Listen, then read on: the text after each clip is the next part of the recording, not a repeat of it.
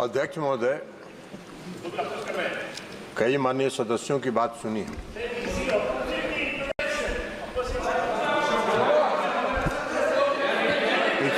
This is not JDU is a party here. JDU is a party here. Whether it is opposing or supporting, I have to record my view. आपके कहने से you will not conduct the house. माननीय सदन बोलिए।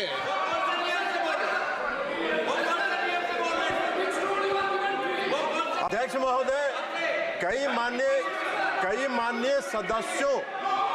माननीय सदस्यों की बात सुनने से ऐसा लग रहा है जैसे यह जो संशोधन लाया गया वक्फ बोर्ड के कानून में यह मुसलमान विरोधी है। कहां से ये मुसलमान विरोधी है?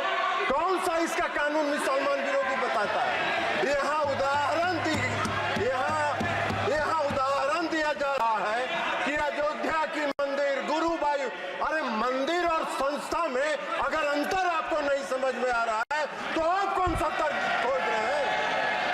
अरे ये मंदिर नहीं है, आपके मस्जिद को छेड़छाड़ करने का प्रयास नहीं किया जा रहा है। यह एक कानून से बना हुआ संस्था है। उस संस्था को पारदर्शी बनाने के लिए कानून बनाया जा रहा है। पारदर्शिता होना चाहिए। कोई निरंकुश संस्था कोई भी कानून से, वक्फ बोर्ड कैसे बना? वक्फ बोर्ड किसी कानून से बना है, और कानून से बना हुआ कोई भी संस्था अगर निरंकुश होगा तो उसमें पारदर्शिता लाने के लिए सरकार को हक है, अधिकार है कानून बनाने का। अब ये उसकी तुलना कर रहे हैं मंदिर से। ये मंदिर से कहाँ उसका मतलब है? कोई धर्म के नाम पर बंटवारा नहीं हो रहा है। ये भ्रम फैलाना चाहते हैं और ये बात करते हैं अल्पसंख्यकों की। अल्पसंख्यक की बात कर रहे हैं केसी वेणुगोपाल जी, अल्पसंख्यक की बात करते हैं।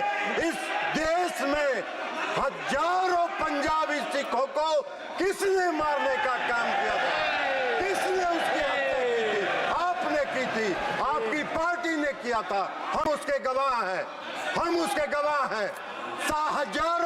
हजारों सिख समुदाय, कौन सा सिख समुदाय जो टैक्सी ड्राइवर था उसने इंदिरा गांधी की हत्या की थी? सड़कों पर घूम के सिखों की हत्या कर रहे हैं और अल्पसंख्यक की दुहाई दे रहे। बाहर है इसलिए इस बिल को आना चाहिए, पारदर्शिता आनी चाहिए।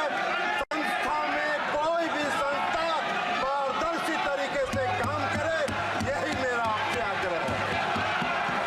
Shrimati Supriya Sule. Sir, I stand here on behalf of the NCP vehemently requesting the government either to withdraw the bill completely. That is our request to this government, because no detailed consultations have been done with people who actually are running this organization today. So I request with full humility to this government to either withdraw it, and if they do not want to withdraw it, at least send it to a standing committee or make a committee together of the entire all-party meeting and then do it. Please do not push agendas without consultations. I will not repeat a single point which earlier my case, but the sad part is this, that we did not find about this bill from the parliament. We found out about this bill from the media. So is this the new way of this government working? कि पहले media को बताएंगे फिर parliament होगा? तो हम पढ़ के पार्लियामेंट पहले मीडिया में बताएंगे पहले? What is this new work of starting, sir? So you are insulting the parliament as a system and a democracy which we are also proud of. So our parliament has been undermined here. So you think we have no problem if you are leaking things to media? But don't do selectively. This is a temple of democracy. We take our job very seriously. So please inform the parliament first before leaking it selectively to the media, is my request. Sir, the other point is that you have deleted section 40. Yeah, please. एक minute, संसद में तो circulate किया है ना इसको bill को, इसलिए वो कल, but it came in the media before that. Bill कल ही सर्कुलेट हो गया था। It came in the media. ये जस्ट क्लैरिफिकेशन कर रहा हूँ, मीडिया के पास कैसे पहुंचा?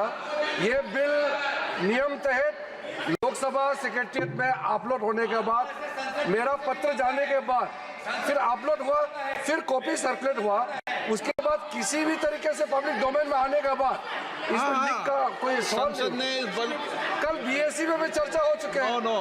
कल बीएससी में सारे पार्टी के मेंबर्स बैठ करके चर्चा भी हो चुके हैं। देखिए माननीय सदस्य, प्लीज एक मिनट देखिए, ये बिल सभी माननीय सदस्यों को सर्कुलेट किया गया है।